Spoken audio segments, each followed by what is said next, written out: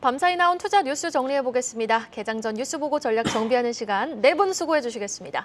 야천투자연구소 남인호 소장, LNS홀딩스 김선용 대표, 다키온뉴스 조호진 대표와 하이투자증권 스마트PB센터 이권희 부장과 함께하겠습니다. 어서 오세요. 자, 전거래일 시장 점검으로 오늘 이 시간 출발해 보겠습니다. 어제 2차 전지주가 또 줄줄이 급락을 하면서 코스닥 지수도 900선 아래로 떨어졌죠. 드디어 소외된 업종으로 순환매가 시작되는 걸까요? 어제 시장 남인호 소장님은 좀 어떻게 보셨습니까? 예, 어제 양대 시장이 모두 다 마이너스를 보였는데요. 그 가장 큰 이유로 2차 전지 관련주들의 급락을 꼽을 수 있겠습니다. 자, 그러면 2차 전지가 내려갔는데 왜 주가 지수가 코스피도 그렇고 코스닥도 그렇고 이렇게 크게 떨어졌습니까? 저는 그걸 두 가지 요인으로 분석하고 있습니다. 첫 번째, 최근 들어서 금년 들어서 2차 전지의 파워가 커졌다. 그만큼 시총 규모가 커졌다는 것을 꼽을 수 있겠고요. 다음 두 번째 부분을 보면은 쏠림 현상이 심했지 않습니까? 지난 6월, 7월 달에 2차 전지 외에는 거의 다른 업종이 못 올라갔기 때문에 신용 잔고가 2차 전지에 많이 몰려 있다는 겁니다. 그런데 정작 2차 전지가 떨어지니까 어떻게 됩니까? 자금이 묶이는 그런 악효과가 나타나고 있다는 것입니다. 자, 그러면 무조건 나쁜 일만 있는 것이냐? 그렇지는 않습니다. 부정이 있는 반면에 긍정적인 부분도 있는데요. 방금 이해생님 말씀대로 2차 전지 관련주들이 내려가니까 그동안에 소외되었던 게임주라든가 기타 등등 소외되었던 정유주라든가 이런 종목들이 어제 굉장히 좋은 모습 보였습니다. 자, 그러면은 결론은 어떻게 해야 되느냐? 저는 이렇게 판단하고 싶습니다. 계속 강조 드린 대로 자동차를 포함한 2차 전지 관련주들이 여러분의 포트폴리오에 20%가 있으시는 게 좋다고 계속 강조 드렸는데요. 지금 현재 여러분들 포트폴리오에 자동차를 포함한 2차 전지주가 20%가 넘는다. 예컨대 30%가 된다. 그러면은 10% 초과분을 계속 줄여가시는 게 맞다는 거 보고요. 반대로 그동안 나는 2차 전지 너무 올라서 못 샀는데 지금 내 포트폴리오는 2차 전지가 5%밖에 없다. 그러면은 적어도 10% 정도는 더 추가로 매수하셔도 된다 봅니다. 즉 2차 전지가 올라가느냐 내려가느냐 여기에 포커스를 맞추지 마시고 여러분들 계좌에 2차 전지의 포트가 비율이 어느 정도 되는가 이쪽에 포커스를 맞추시면 좋겠다는 말씀을 드리겠습니다. 네. 자, 그럼 시장은 이제 소외주들의 반란이 시작된 걸까요? 소외 업종 키 맞추기가 시작된 건지 아니면 일시적인 순환매 차원의 반짝 반등에 그칠지 이권희 부장님, 이 소외주들의 반등 현상 좀 어떻게 보고 계십니까?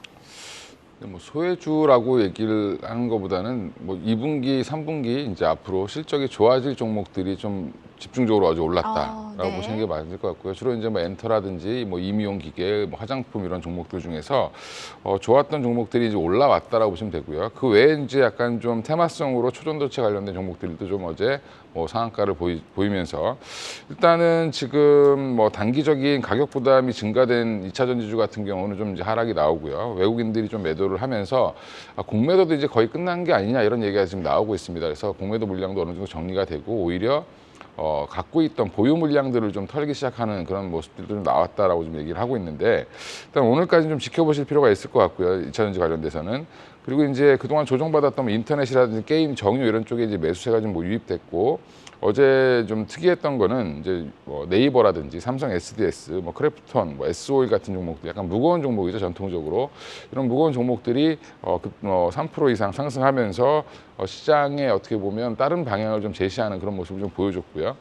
물론 이제 네이버 같은 경우는 이제 좋은 이벤트가 있기 때문에 그거에 대한 기대감 여전히 좀 있다라고 보시면 될 것 같습니다.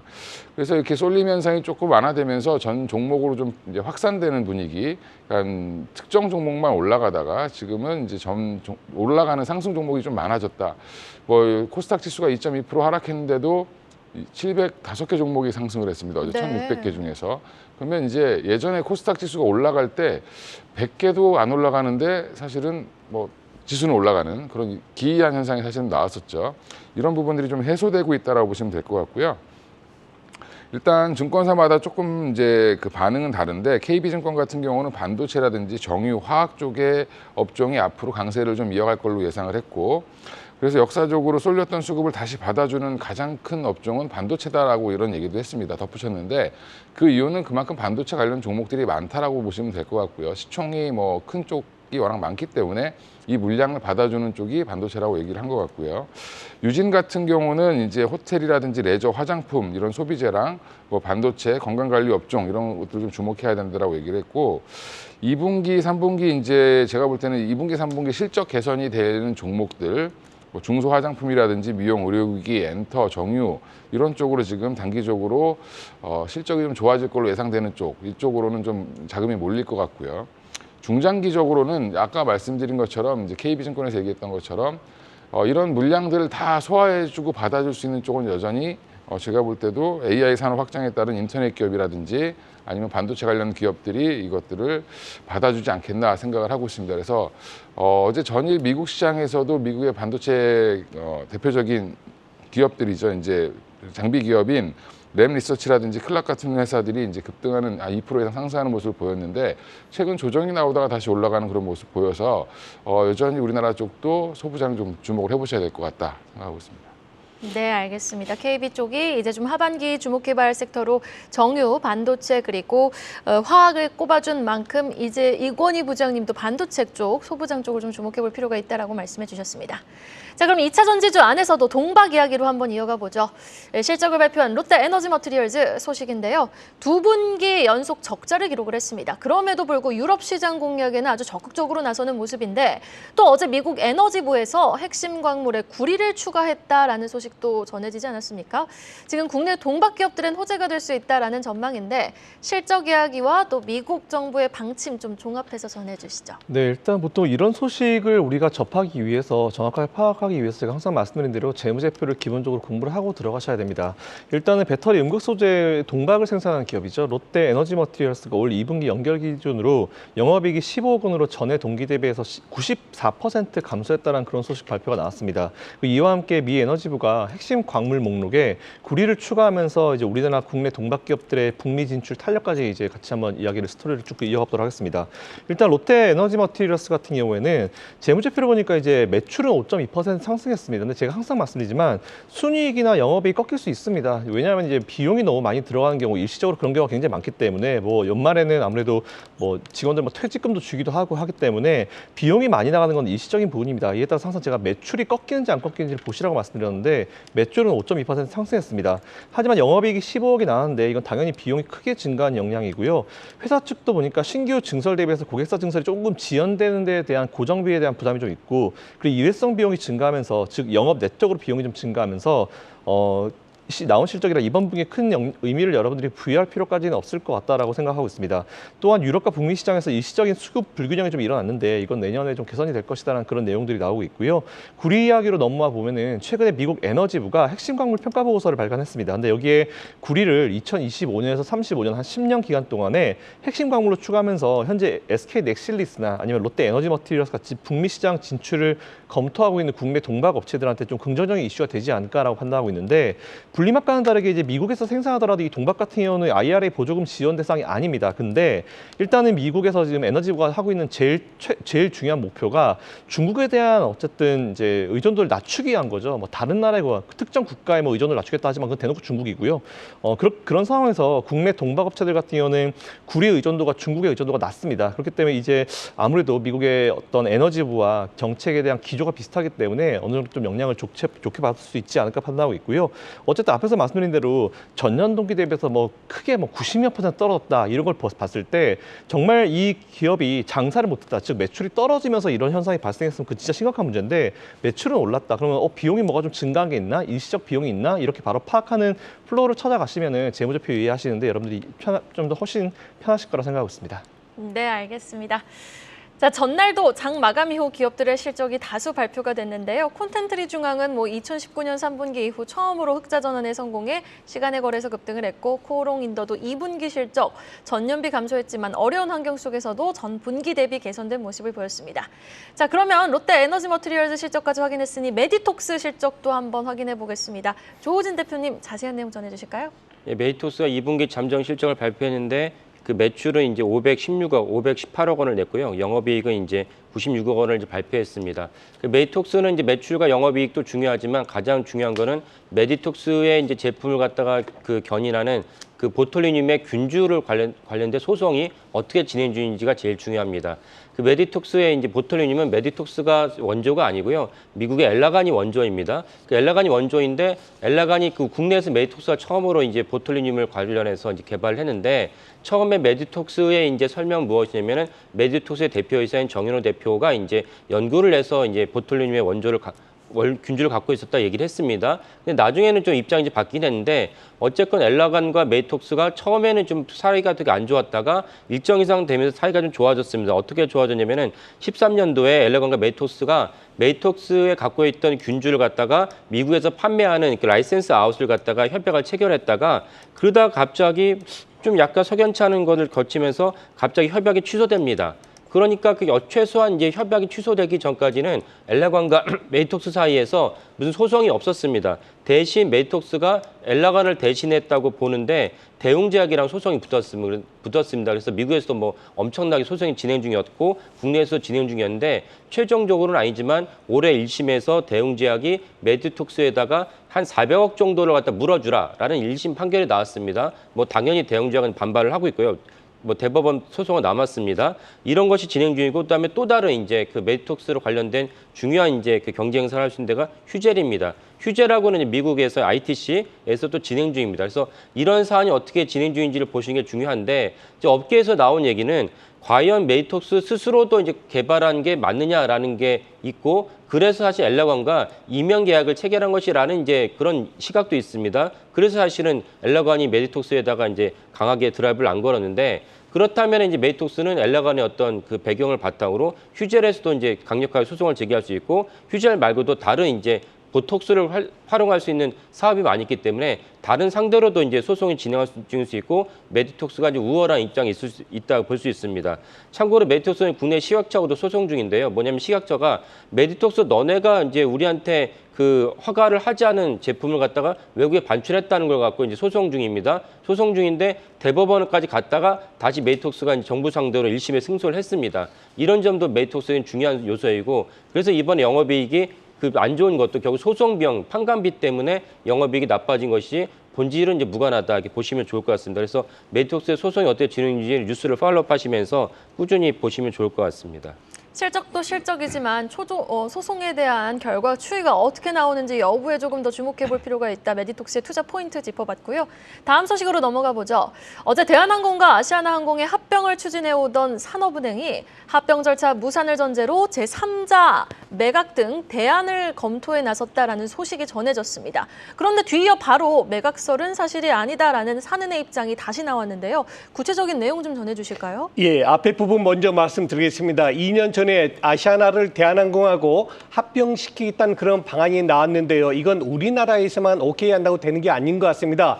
여러 나라들이 다 오케이를 했지만 세 개 나라가 문제가 됐습니다. 미국, EU, 일본, 특히 일본 같은 경우는 가까우니까 그렇다 치고 구미 노선, 다시 말해서 유럽 노선하고 미주 노선은 미국으로 가는 노선은 대한항공과 아시아나가 만일에 합병이 된다면 거의 70%가 넘고 오히려 80%가 넘는 노선도 매우 많답니다. 그런데 그들 국가에서 원하는 건 뭐냐면은 이건 독과점이다. 그러면 독과점이면 가격에 또 문제가 생기기 때문에 다른 비행사들이 다른 그런 항공사들이 올 수 있도록 한번 조치를 내달라 이런 겁니다. 근데 그게 쉽게 되지 않죠. 국내 저비용 항공사들이 이렇게 아무리 비율을 마켓쉐어를 올린다 해도 지금 3, 4%밖에 안 되는데 그거를 30, 40%까지 올린다는 건 현실적으로 불가능하지 않겠습니까? 그래서 나온 말이 야 이거 잘못하다가 아시아나가 대한항공으로 가는 게 아니고 삼자한테 매각되는 거 아니야? 이런 소문이 나왔습니다. 그런데 방금 말씀해 주신 대로 산업은행에서는 그렇지 않다. 우리는 다소 시간은 걸리겠지만은 플랜 A, 다시 말해서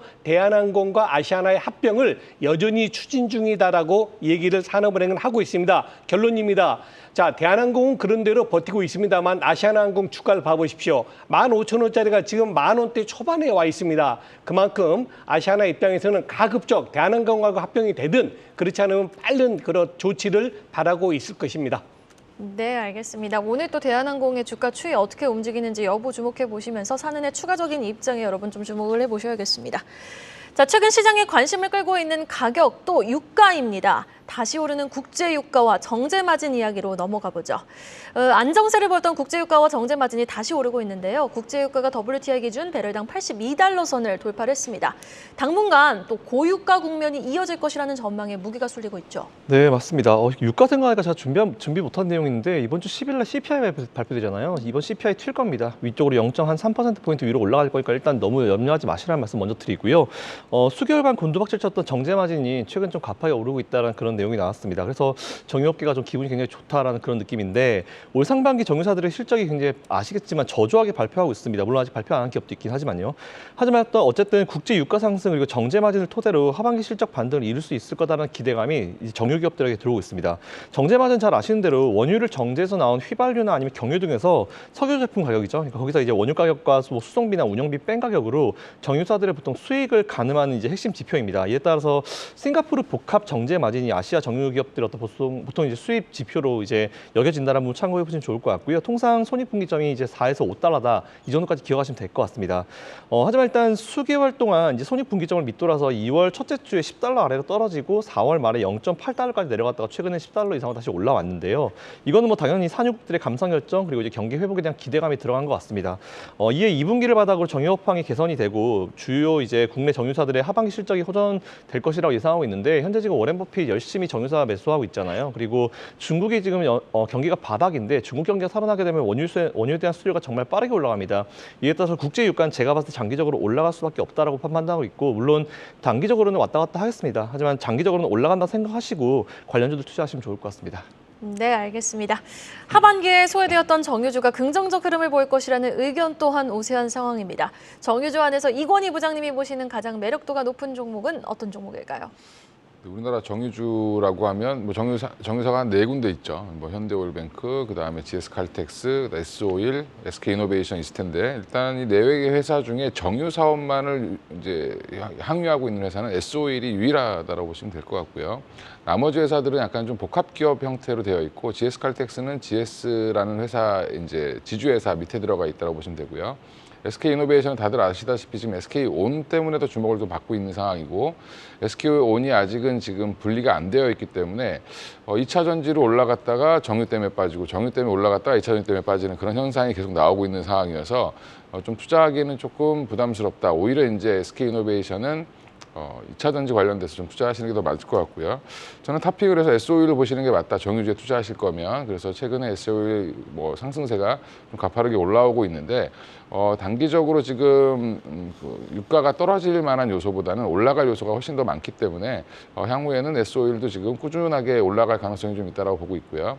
그 이후로는 이제 정제마진이라는 게 좋아지려면 유가가 급등 급락하는 것보다는 꾸준하게 서서히 올라가는 게 정제마진의 가장 좋은 흐름이다라고 보시면 될 것 같습니다. 그래서 지금 유가가 뭐 아주 천천히 뭐 지금 보면 어떻게 보면 좀 빠르다고 생각하실 수 있겠지만 70불 밑에서 80불대까지 아주 완만하게 올라왔기 때문에 이 정유사 입장에서는 굉장히 좋은 흐름을 이어가고 있다. 그래서 요즘 탑픽은 S오일로 보시는 게 맞을 것 같습니다.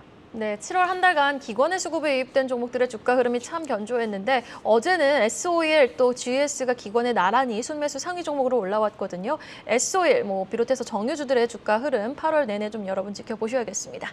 공시 하나 더 체크해봅니다. ST팜이 1,000억 원 규모의 전환사채를 발행하기로 결정을 했습니다. 자세한 배경 전해주시죠. 예, 전환사채는 이제 뭐 이미 많이 아실 수 있지만 이제 채권과 이제 주식에 대한 이제 성격을 다 2개를 동시에 갖고 있습니다. 그러니까 채권이라는 거는 전환사채를 인수하면은 거기에 따라서 이제 이자를 지급을 합니다. 그리고 만기에 또 이자를 지급을 하고, 근데 만기가 도달하기나 만기에 도달하기 전에 전환사채를 CB를 보통주로 바꿀 수가 있습니다. 그래서 이제 중요한 건 뭐냐면 만기 이자율이 3% 미만이다. 그러면 이제 여러분들 상식적으로 생각했을 때 내가 100억 원을 빌려줬어요. 100억 원을 빌려줬는데 만기를 갖다가 2년 뒤에 봤는데 3%다. 요즘 같은데 3% 받고 누가 100억 원 빌려주냐 생각하시는데 지금 ST팜은 지금 화면에 나오지만 표면과 만기 이자율이 모두 0%예요. 그러면 1,000억 원이라는 돈을 갖다 빌려주면서 이자는 한 푼도 안 받으면서 누가 이렇게 좋은 활동을 ST팜에다가 지원을 하느냐? 그럴 리가 없죠. 그러니까 ST팜의 전환사채 1,000억 원을 갖다가 가져가는 그 기관들은 이자를 보고 ST팜에다가 1,000억을 빌려준 것이 아니고 보통주를 전환을 하는 뒤에 이제 보통주 전환 차익을 보고 ST팜을 투자했다고 보시면 됩니다. 그러면 이제 ST팜의 이번에 보통주 전환 가격이 얼마냐면은 79,648원이고 어제 종가 기준인 78,800원입니다. 그래서 그 보통주를 전환할 수 있는 청구 시작일은 2024년 8월 9일이기 때문에 약 한 1년 정도 뒤에 이제 전환할 수 있다. 그럼 1년 뒤에 ST팜의 주가가 얼마나 올라갈 것이라고 ST팜이 각 기관마다 설명하고 다닌 것입니다. 우리의 전환사채를 가져가면 당신이 1년 있다가 얼마를 가져간다라고 이제 충분한 가능성을 설명한 것이고, 만약에 연간으로 20% 정도로 복리 수익이 난다 그러면 ST팜의 주가가 2년을 갖다가 잡으면은 11만 원이 넘어야 되고요. 그 40% 복리 수익이 난다면 2년 있다가 15만 원이 넘어야 됩니다. 이런 가능성이 충분하다가 보고 이제 ST팜이 전환사채를 갖다 발행한 거고, 전환사채를 기관이 인수했다고 보시면 됩니다. ST팜은 올리고 CDMO를 갖다가 생산한 기업인데 생산 규모를 현재는 6.3몰에서 이제 다음에는 14몰로 이제 제법으로 점프를 합니다. 주가를 보면은 21년 이후에 저점 밴드에 있습니다. 4번의 저점을 갔는데 다시 뛰어오르고 있습니다. 그러니까 주가도 충분히 이제 매력적인 구간이다라는 것도 동시에 보시면 좋을 것 같습니다. 네, 알겠습니다. ST팜의 1,000억 원 규모의 전환사채 발행 소식 짚어봤고요. 자, 마지막 기사입니다. 지금 국내 증시만큼이나 날씨도 변화무쌍하죠.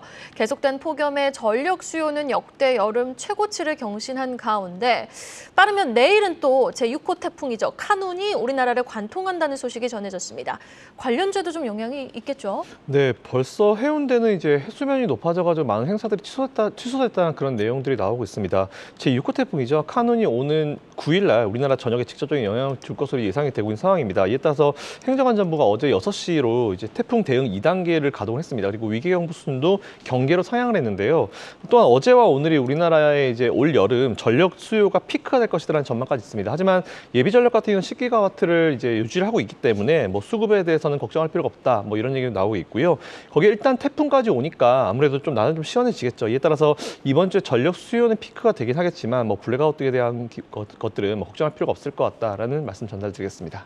네, 지금 뭐 장마, 폭염, 태풍 등 자연재해와 관련된 종목들 우리가 좀 정리를 해볼 필요가 있을 것 같거든요. 그 가운데서도 좀 미리 주목해볼 만한 종목까지 한번 선별해 주시죠, 이건희 부장님.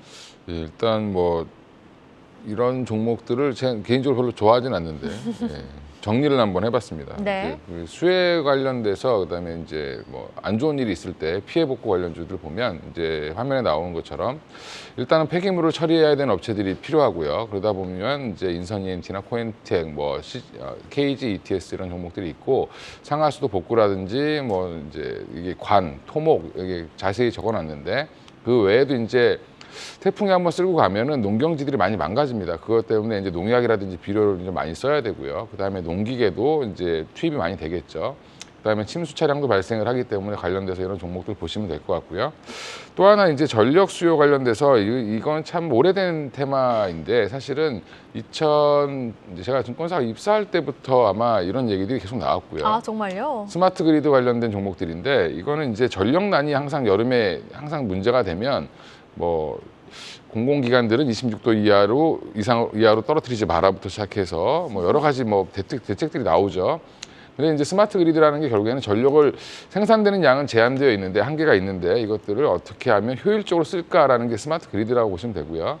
그래서 지금 이거는 꾸준히 지금 시행이 되고 있고 지금 중장기적으로 지금 진행이 되고 있는 겁니다. 근데 그 중에 핵심 기업들을 보면 한전산업이라든지 포스코 DX, 뭐 서전비전, 그다음에 LS 일렉트릭, 그다음에 일진전기, 그 외에도 광명전기까지 있는데 이게 대부분 이제 어떻게 보면 전기를 효율적으로 쓸 수 있는지 그다음에 양방향으로 소통을 하면서 전력 수급을 빠르게 파악하는 그런 그 과정에 들어가는 이제 이런 것들을 같이 일하는 회사들이라고 보시면 되는데 여기 보시면은 포스코 DX는 최근에 너무 많이 올랐다가 빠졌기 때문에 다시 이것 때문에 올라가긴 좀 힘이 좀 딸릴 것 같고요. LS 일렉트릭도 이 정도 가지고 올라가기 좀 어려울 것 같고 좀 가벼운 서전기전이라든지 일진전기 정도가 이제 관련 종목이라고 보시면 될 것 같습니다.